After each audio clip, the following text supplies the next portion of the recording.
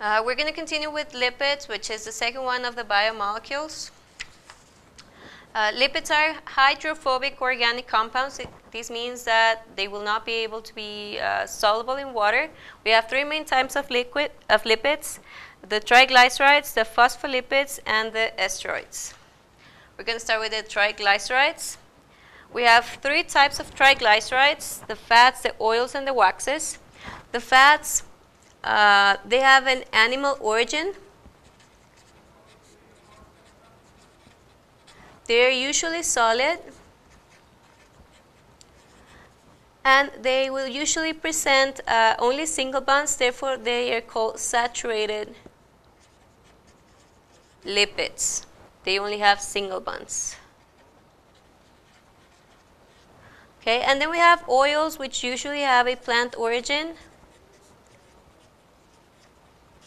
They are liquid, and they will be unsaturated. This means that they have at least one double bond.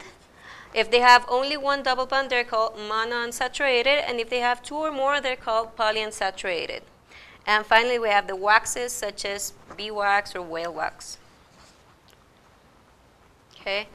The triglycerides are produced by a condensation. That means that we have one glycerol molecule plus 3 fatty acids, and we're going to get a triglyceride plus water.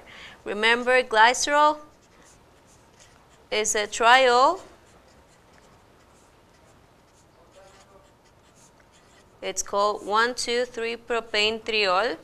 And we can have 3 fatty acids, which are monocarboxylic acids, usually long chains, not necessarily, but usually long chains. So what's going to happen over here? Again, we're going to have a condensation reaction in which we're going to take the hydroxyl group from each, from the glycerol, and we're going to take the hydrogen from the fatty acids to form 3 molecules of water. And everything else is going to be bonded together to form our triglyceride.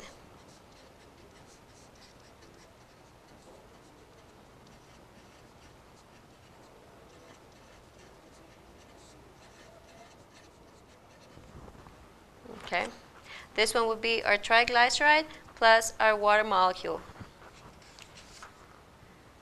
We can also have the saponification reaction, which is basically soap production. Soap is produced, or it used to be produced with triglycerides, fats, and oils in the presence of different hydroxides. It's usually made with sodium hydroxide, so that's the reaction that we're going to write. We have the triglyceride, any fat, or any oil. Look in the way that we just wrote in the previous reaction. And we have 3 molecules of sodium hydroxide. And what happens in this reaction is that this molecule is broken down right here. And our sodium hydroxide is going to be broken down in here. So we're going to have the sodium on one side and the hydroxide on the other side. And the hydroxyl group, or the hydroxyl part, is going to be bonded with the first part of our molecule. So we're going to get glycerol back, or the 1,2,3-propane triol. And the sodium is going to be bonded to the second part. So we get glycerol back.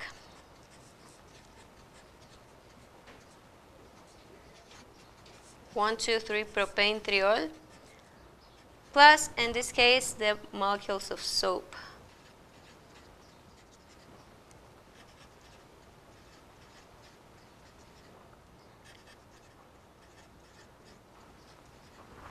Okay, that's saponification.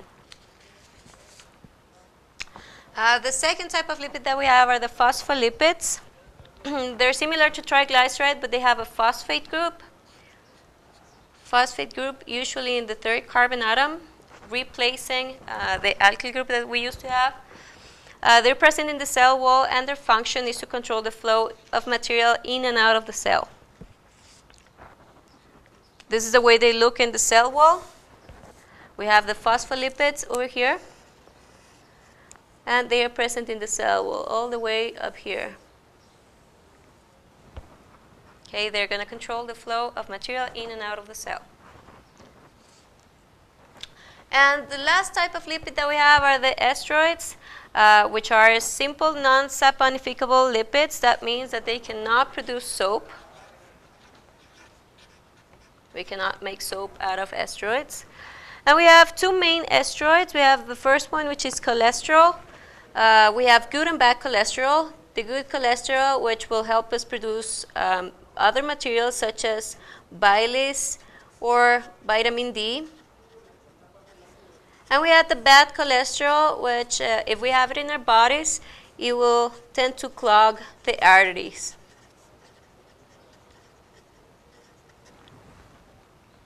And the second type of ester that we have are the hormones, which establish communication between the cells.